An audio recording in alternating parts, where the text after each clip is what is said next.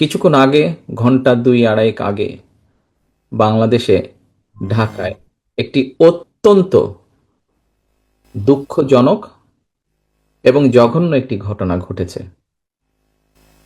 ইনকালাব মঞ্চের নেতা জনাব ওসমান হাদি, তাকে গুলি করা হয়েছে, তার উপরে গুলিবর্ষণ করা হয়েছে। আমরা কিছুদিন আগে দেখেছি চট্টগ্রামে একইভাবে আমাদের আরেক প্রার্থীকে গুলি করা হয়েছিল। প্রিয় ভাই বোনেরা, প্রথমেই আমি এই ঘটনার জন্য তীব্র ঘৃণা এবং প্রতিবাদ জানাচ্ছি।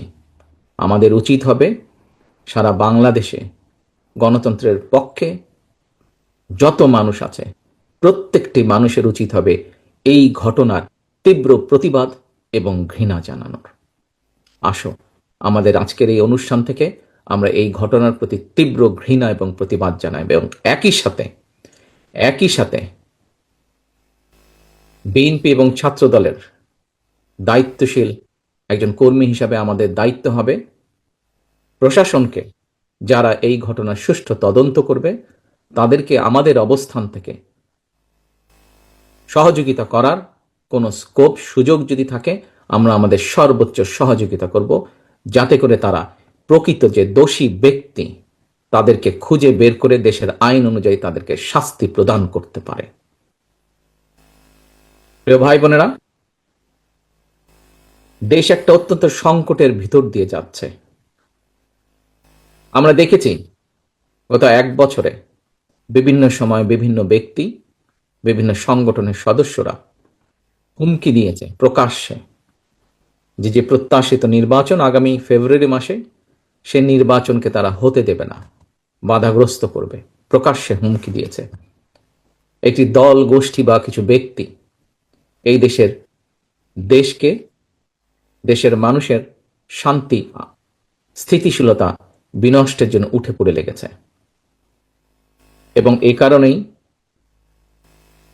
বাংলাদেশ জাতীয়তাবাদী দল এবং একই সাথে যারা বাংলাদেশের অস্তিত্বে, স্বাধীনতা, সার্বভৌমত্বে বিশ্বাস করেন, দল ছোট বড় বিষয় না, যারা বাংলাদেশি জাতীয়তাবাদের অস্তিত্বে, বাংলাদেশের অস্তিত্বে বিশ্বাস করে, সবার আগে বাংলাদেশ, এই নীতিতে যারা বিশ্বাস করে, আমাদের প্রত্যেকটি দল, প্রত্যেকটি নেতা, প্রত্যেকটি কর্মী, প্রত্যেকটি মানুষকে আজ অতীতের যে কোনো সময় থেকে সবচাইতে বেশি ঐক্যবদ্ধ হতে হবে। কারণ যারা এই দেশের স্বাধীনতাকে ধ্বংস করতে চায়, এই দেশের সার্বভৌমত্বকে ধ্বংস করে এই দেশের স্থিতিশীলতাকে ধ্বংস করতে চায়, তারা তাদের ষড়যন্ত্র যে শুরু করে দিয়েছে, আজকে ওসমান হাদির ঘটনা দিয়ে তা প্রমাণিত হয়। আমরা বিভ্রান্তি ছড়ানো থেকে প্রত্যেককে বিরত থাকতে হবে। কেউ যাতে কোনো বিভ্রান্তি ছড়ানোর সুযোগ না পায়, সেই ব্যাপারে আমাদেরকে সচেতন থাকতে হবে। এবং একই সাথে তদন্তের স্বার্থে যারা তদন্ত করবে, সত্যিকার অপরাধীকে যারা ধরবে, আমাদের অবস্থান থেকে যতটুকু সম্ভব আমরা সর্বোচ্চ সহযোগিতা করব। আজকের অনুষ্ঠানে আমার বক্তব্যের প্রথম অংশ এটি।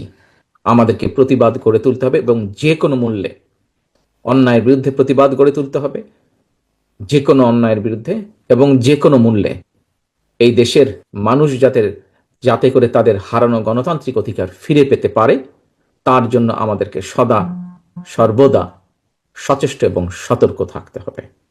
এর ভিতরে হয়ে গেছে, আমি তার মধ্যে যাব না। তাতে উপকার কি হবে, কিভাবে শিক্ষার্থীরা উপকার পাবে, লক্ষ্য এবং উদ্দেশ্যটা কি? লক্ষ্য এবং উদ্দেশ্যটা হচ্ছে, দেখো, আমাদের আগামী দিনের যারা ভবিষ্যৎ, তোমরা যেমন আগামী দিনের ভবিষ্যৎ, তোমাদের পরে আরও ভবিষ্যৎ রয়ে গেছে বাংলাদেশের। তোমরা হয়তো অনেকগুলো সুযোগ পাওনি, কিন্তু তোমাদের হাতে সুযোগ এসেছে। আগামী দিনে ইনশাল্লাহ সুযোগ আসবে যে তোমাদের পরবর্তী যে বংশধর আছে, তোমরা যেই ভালো সুযোগটি পাওনি, তাদেরকে সেই সুযোগটি করে দেবার, তাদের জন্য সেই সুযোগটি সৃষ্টি করা, এই সুযোগটি তোমাদের জন্য এসছে। তাদের জন্য করা মানে তুমি এই দেশ, এই রাষ্ট্রের প্রতি তুমি অবদান রাখতে সক্ষম হচ্ছ। আমাদের সকলের ক্ষুদ্র ক্ষুদ্র প্রচেষ্টাই কিন্তু একটি বৃহৎ কিছু করতে পারবে, বৃহৎ ভালো কাজ গড়ে তুলতে পারবে। প্রিয় ভাই বোনেরা, শিক্ষার এই বিষয়ের পরে আমরা চিকিৎসার ক্ষেত্রে শিক্ষার আরেকটি বিষয় আছে। শিক্ষার বিষয়টি যেমন আছে, একই সাথে তোমরা এখানে আজকে যারা আছো, তোমরা জীবনের এমন একটা পর্যায়ে এসে দাঁড়িয়েছো যেখানে তোমরা তোমাদের শিক্ষা বৎসর বা শিক্ষা অঙ্গনের সবকিছু শেষ করে তোমরা এখন বাস্তব জীবনে পা দিবে, এবং বাস্তব জীবনে পা দিতে গেলে বাস্তবতা যখনই আসবে তখনই কর্মসংস্থানের ব্যবস্থা আসবে, তাই নয় কি? কর্মসংস্থানের চিন্তা আসবে যে কি করব আমি, আমার তো পরীক্ষা শেষ, 6 মাসে 1 বছরের মধ্যে শেষ অথবা শেষ হয়ে গেছে, আমি এখন কি করব? প্রিয় ভাই বোনেরা, তোমরা হয়তো তোমাদের একটু বড় যারা, এবং অবশ্যই তোমাদের থেকে 5 বছর ছোট, 10 বছর ছোট যারা, যাদের প্রত্যেকটা মানুষের ক্ষেত্রে কিন্তু প্রত্যেকটা মানুষের ভেতরে বিভিন্ন রকম কোয়ালিটি আছে।